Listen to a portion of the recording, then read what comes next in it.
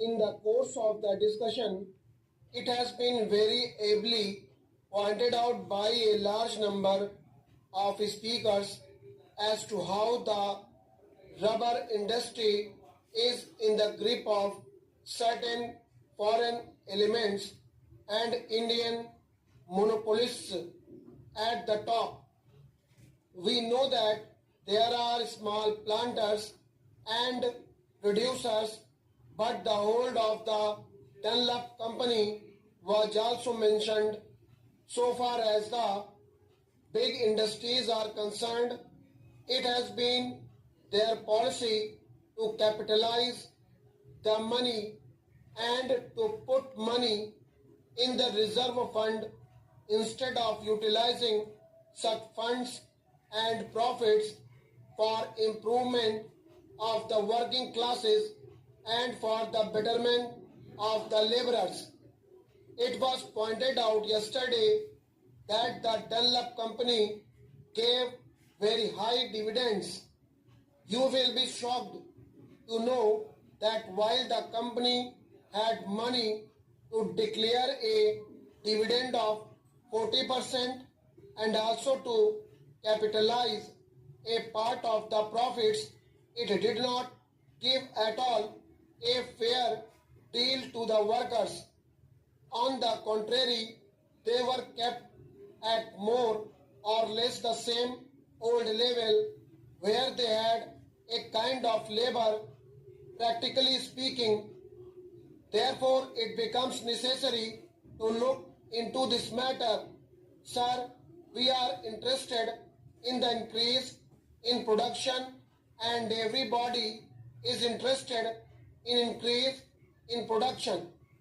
The production of rubber, coffee or of any other essential commodities or imported commodities must undoubtedly be increased in the country, but merely by appointing a board or by taking certain powers into the government's hands or investing the board with such powers, you cannot ensure increase in production. There may be slight improvement here and there, but materially you cannot alter the situation until and unless you inspire the real producers by making them see through their own lives experience that increase of production means a constant rise in their standard of living, in their material and cultural well-being. Now, that is why I say that it is very essential when the board is really being given certain powers for looking after the interests of the working class, to make these powers effective, and to make them effective would be to ask the board to work for the increase of the wages of the rubber workers or the laborers who work in that particular industry. Now, that is not there. It is very unhappy omission and very sad omission if the intention of the bill is good. Sir, as you know, we had been told in the recent days very much about socialism, and we are not talking about socialism in its big aspects here at all. This is not our concern here, but if you at all really have such feelings, if you think that socialism is something which one has to swear by, even though the ideas of socialism were first propagated 1 century ago, then give some expression to it. But we know that there will not be socialism at all under you. All that we say is, if you swear by socialism, talk about socialism. If the members of that side of the house, go to some other houses and hear lectures very seriously. They should come here and tell us that they are also going to increase the wages of the workers when such measures are brought up. Such occasions are good occasions for them to begin to cultivate this thing, because you have yet to learn the ABC of socialism first, and you cannot write a book or a poem or an article straight away, and we do not expect you to do it either.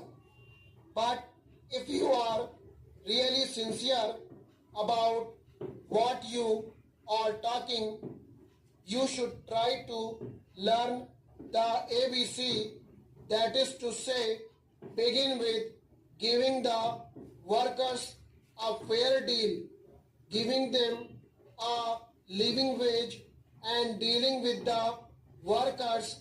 Here in this bill, you should make provisions for them. I do not suggest to the minister that in this bill there should be provision that so much wages shall be given to the rubber plantation worker, or fix a scale and all that sort of thing. All that I have proposed in this amendment is that the board should be given that reorientation of outlook, should be given the direction that the wages have to be increased and that they have to consciously work for it. That is all that I demand in this amendment. Sir, we do not like that our workers should be exploited by the people, and he will not deny, because it has been pointed out from that side of the house also that huge profits are being amassed. They cannot spend the money. The British, who are earning out of this industry, cannot spend the money. With all their luxury and extravagance, they cannot spend that money here in this country. They send this money abroad. Even then, they retain some money in their hands. They would rather keep them in banks idle than give this money to the workers for bettering their lot, for improving their conditions, which determines in the final analysis whether the production of the country would go up or not. Now, sir, I read with great interest the Select Committee's report, especially the portion of the evidence appended to it, and I would ask you also, sir, to reread, if you have already read this interesting document. You see here Mr. T.T. Krishnamachari crossing swords with an important representative of the British interests, the British rubber interests in this country. Now it is all a wordy battle.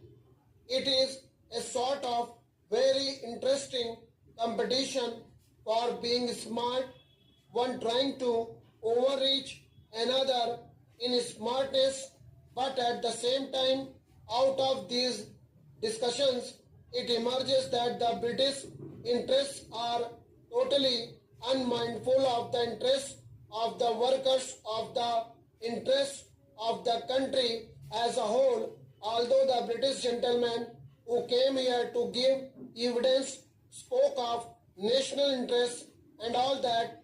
Here you will find many interests. Stop.